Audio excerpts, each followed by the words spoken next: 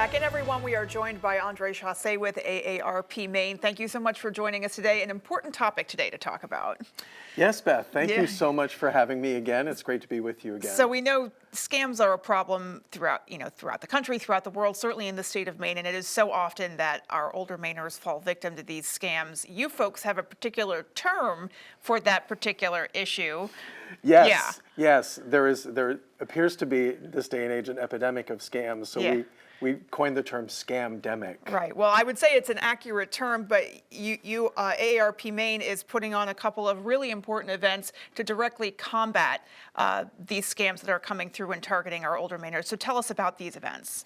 Yes, coming up in a couple of weeks, on Thursday, April 23rd, we have a half-day event at University of Southern Maine that will be going over. We'll have a guest speaker, and we also have a panel discussion that's going to be led by Aaron Fry, our State Attorney General, to talk about current scams and how people can spot these scams, and also what they can do if they feel like they've been a victim of a scam, where they can call to get help and to get some guidance.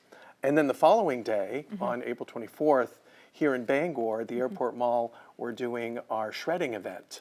So folks can bring boxes of documents that have personal information, their tax documents, and anything else, so that that stuff can be shredded and won't be able to be used by scammers to collect personal information. It's so interesting because scams evolve, every day. And so, technology plays a role. The use of technology sort of against people plays a role, but then you still have this sort of grassroots, they're still looking through your trash and trying to find your mail situation. And so we're shredding paper documents still too. Folks will fall victim to these scams because they have your personal information and they have credibility.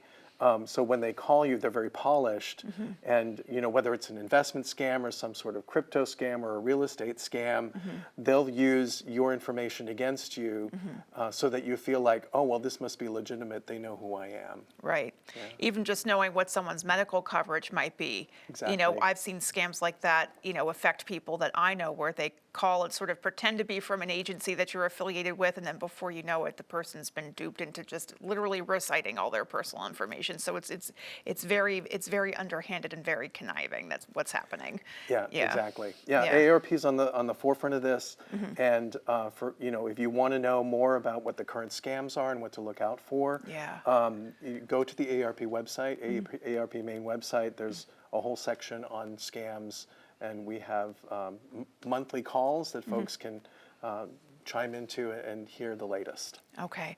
Well, thank you for joining us and letting us know that these important events are coming up, and we'll have all this information on our website a little bit later as well. Thank you, Andre, as always. Thank you so much. All right, folks, we'll be right back with your full forecast.